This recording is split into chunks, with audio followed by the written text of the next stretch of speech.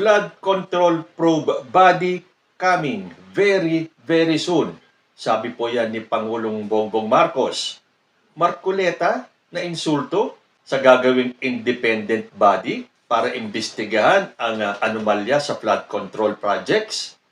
Magandang araw po sa inyo lahat. Naimbag na Aldaw Kenyayo ang kakabsat and welcome back to my channel.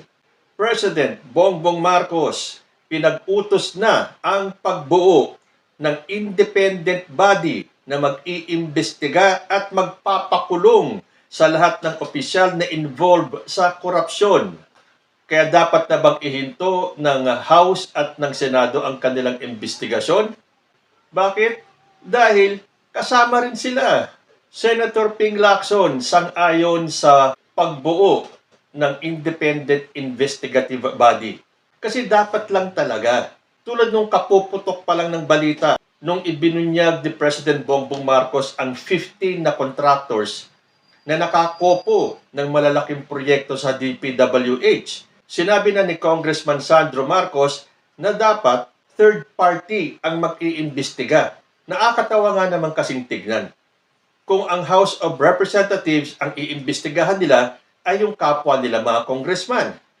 Ano mangyayari doon? Malamang hindi magiging patas yan. Magiging bias yan kasi kasamahan nyo yan sa House. Ganon din sa Senado na nakikita natin ngayon. Mga senador ang mag-iimbestiga sa kapwa senador nila, samantalang ilan sa kanila suspect o pinaghihinalaang kasabwat sa mga anomalyang ito. Pero parang na-insulto yata si Senator Marcoleta nung binring out ni Senator Kiko Pangilinan yung pagtayo ng independent body para mag-imbestiga sa mga anomalya sa flood projects na ikinainsulto ni Marcoleta. Ayon po dito sa balita, Senator Marcoleta na insulto sa pagsuporta ni Kiko sa panukala na bumuo ng independent body sa flood control probe.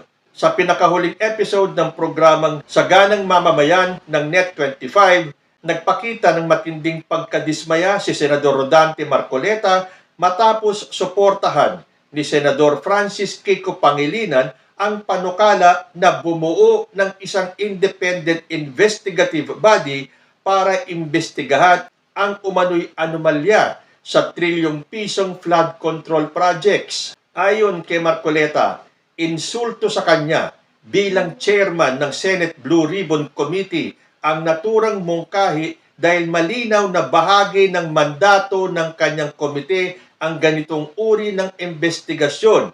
Giit ni Marcoleta, ayaw kong iniinsulto ako. Kung gusto niya akong palitan, magpresenta siya. Pakita niya na mas marunong siyang gumawa ng mandatong itinalaga sa komite na yan. Ipinaliwanag rin na si Pangilinan mismo ay kasapi ng Blue Ribbon Committee kaya taliwas umano na magpanukala ito ng hiwalay ng investigasyon. Binanggit rin na nakalatag na ang proseso sa Senado at hindi na kailangan ng panibagong komisyon. Tila ipinapakita umano ng panukala ni Pangilinan na wala ng tiwala sa kakayahan ng Senado lalo pat may rekomendasyon na pangunahan ng mga dating opisyal gaya ni na dating Ombudsman Conchita Carpio Morales, dating DPWH Secretary Rogelio Singson at Baguio City Mayor Benjamin Magalong ang nasabing independent body. Bukod sa flood control probe, hinamon din ni Senator Marcoleta si Kiko Pangilinan na mas ituon ang atensyon sa sektor ng agrikultura, bagay na anyay higit na nangangailangan ng agarang aksyon dahil sa hirap na nararanasan ng mga magsasaka. Sa huli, binigyan din ng mga angkor sa programa na ang mungkahi ni Kiko ay hindi lamang pagdududa sa Blue Ribbon Committee, kundi posibleng may bahid ng politika na maaari umanong konektado sa paghahanda para sa halalan sa 2028. Bakit? Hindi ba pwedeng magsalita si Kiko Pangilinan? At hindi ba siya pwedeng magduda? Dahil kitang-kita naman natin itong pagkabayas ni Marcoleta. Pero unahin muna natin basahin yung sagot ni Kiko Pangilinan dito sa patutsada ni Marcoleta. Sabi ni Pangilinan, una sa lahat, mali-mali ang impormasyon ni Senator Marcoleta. Hindi ako ang nagmungkahi ng Independent Commission at panukalang SB 1215. Ito ni Senator Soto. kulang siya sa research. Pangalawa, hindi natin siya pinipigilan mag-imbestiga at hindi niya rin tayo pwedeng pigilan suportahan ang panukalang batas ni Senator Soto na bumuo nga ng Independent Investigative Commission para imbestigahan ang korupsyon sa flood control projects. Sa Senado, baka hindi pa niya alam ay malayang maaaring magmungkahi ang mga senador ng mga panukalang batas at malayang manawagan ng suporta sa mga nasabing mga panukalang batas ang bawat isa sa amin. Hindi ito pang-iinsulto. Trabaho namin ito. Sa halip na mainsulto si Senator Marcoleta sa panukala ni Senator Soto at pagsuporta ko dito ay galingan na lang niya ang pag-iimbestiga niya at patunayan ang husay niya bilang bagong chairman ng Blue Ribbon Committee. Sabi pa ni Pangilinan, matagal na ako sa Senado at alam ng lahat sa Senado na wala akong oras na makipagpersonalan sa trabaho, solusyon at pananagutan sa problema ng matinding kurakot sa flood control projects ang hinahanap ng taong bayan. Walang personalan sa Senado, trabaho lang. Yan mga datihan na sa Senado. Itong si Marcoleta ngayon lang naging senador. Akala mo siya na yung pinakamarunong at pinakamatalino sa lahat ng mga senador. O talagang naghahanap lang ng kaaway itong si Marcoleta? Hindi ba't nung nakaraang araw lang, halos mag-away sila ni Senator Ping Lacson? Ngayon ito naman?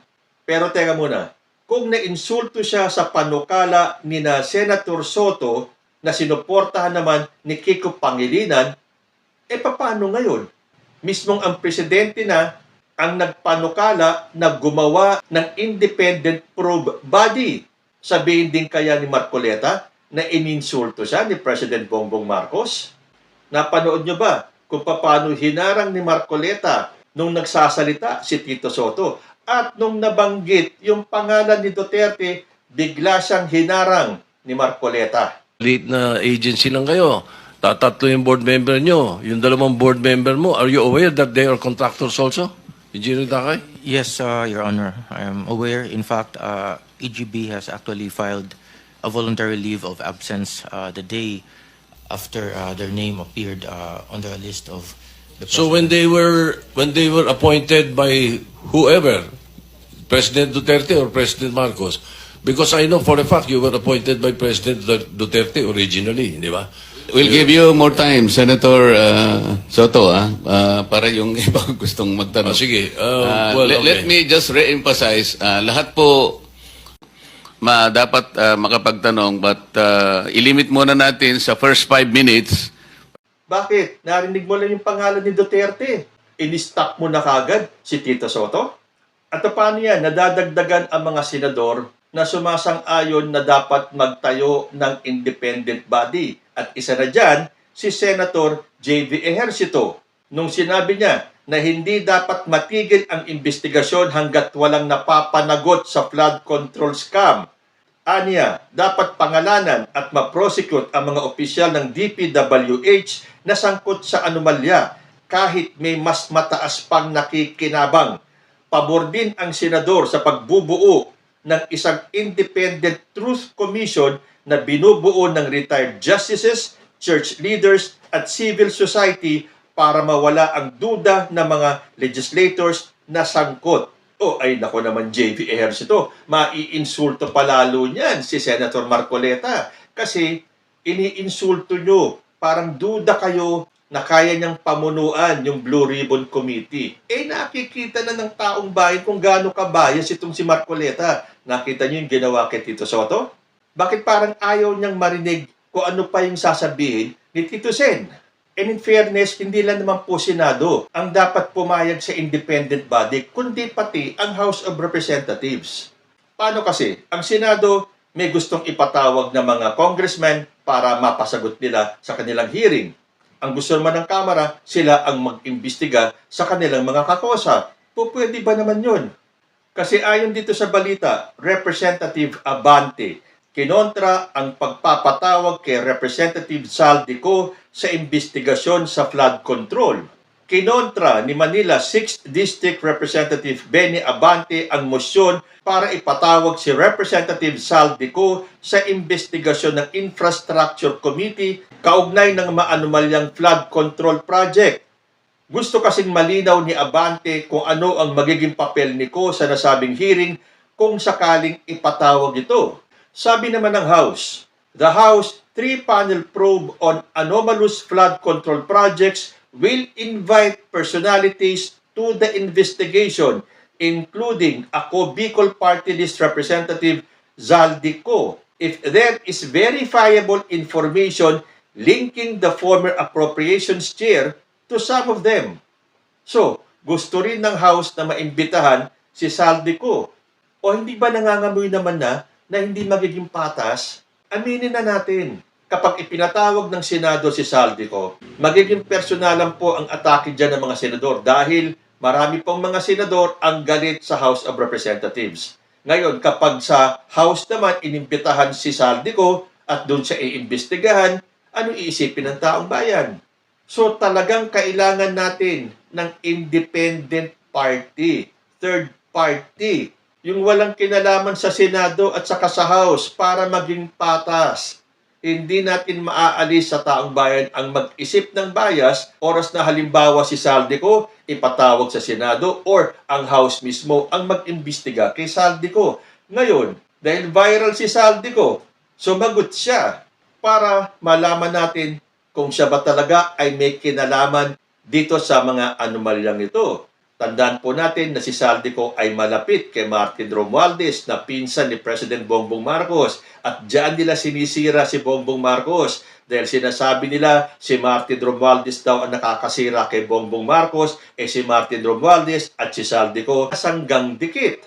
So hindi ba tama itong ginagawa ni President Bongbong Marcos? Independent body para walang makakapagsabi na, uy, nilakad dyan ni PBBM kasi kamag-anak niya o kaibigan niya ang sangkot. At para hindi rin masabi na ang Senado ay may kinikilingan. Pero wala nga ba? Tulad na lang nitong pag-amin ng donor ni Chis Escudero.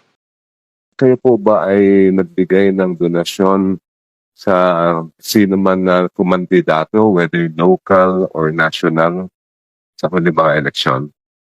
2022, Your Honor? Yes. Yes po, Your Honor. Kanino po yun? Kay Senator Chis po?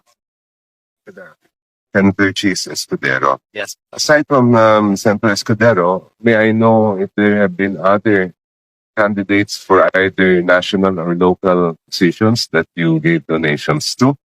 Wala na po, Your Honor. And more or less, magkano po daw ang inyong na-donate sa kampanya ni Senator Chis? 30 million po. 30 million pesos. Yes, this was during the time that you already have government projects. Is that right?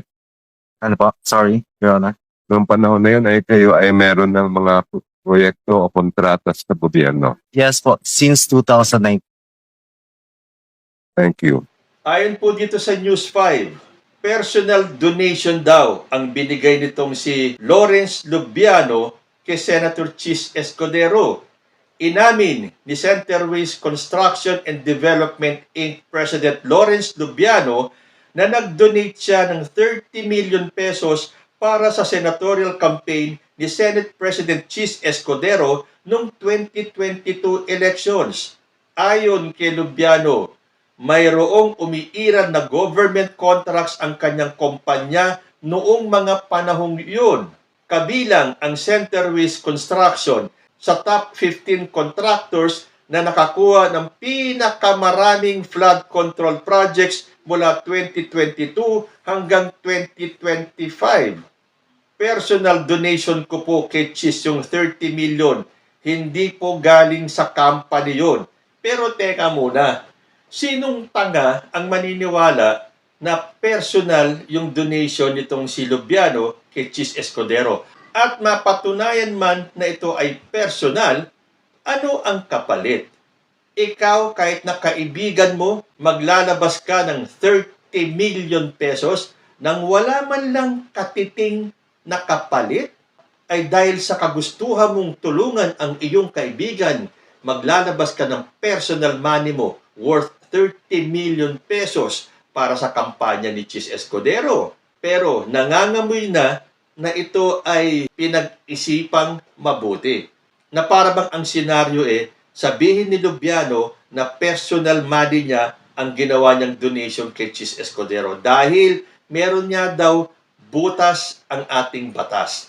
Na yung mga donation, kung sa company manggagaling at ibinigay sa isang government official, bawal po ito. Pero kapag personal money ng kung sino man, yan po ay makakalusot. Ay napakagaling naman ng batas na ito. At kahit nung pang ginagawa yung batas na yan, hindi man lang ba naisip ng mga nagbalangkas ng batas na yan na pwedeng gawing lusot o dahilan ito para makaiwas sa asunto? Kasi nga, personal money daw nung Lubiano ang binigay kay Chis Escudero nang walang kapalit. Ni katiting na kapalit, walang hihingin itong kaibigan ni Chis Escudero. Maniniwala ba tayo dyan? Pues isa ako sa mas nakararaming Pinoy na hindi naniniwala. Pakagalante mo talaga magbibigay ka ng 30 million at wala kang hihilingin na kahit na anong kapalit kay Chis Escudero. O hindi makakalusot nga naman si Chis. At imbestigahan man yan ng Senado, alam na natin ang nagiging outcome ng investigasyon kung sakaling ipatawag nila si Chis Escudero. At mabalik ako kay Saldico. Kung gustong ipatawag ng Senado ng Blue Ribbon Committee headed by Senator Marcoleta itong si Congressman Saldico para magbigay linaw kung bakit nasasangkot ang pangalan ni Ko sa mga anomalya, bakit tikom ang bibig ni Marcoleta sa 51 billion na natanggap ni Representative Pulong Duterte? O hindi ba? Tapos sasabihin ni Marcoleta, naiinsulto siya kapag pinagdududahan ang kanyang kakayahan na pamunuan ang Blue Ribbon Committee. So ano sa tingin ninyo? Hindi ba kailangan ng third independent body para mag-imbestiga sa mga anomalyang ito? Comment lang po down below and I will see you in my next video. Diyos ti Agina.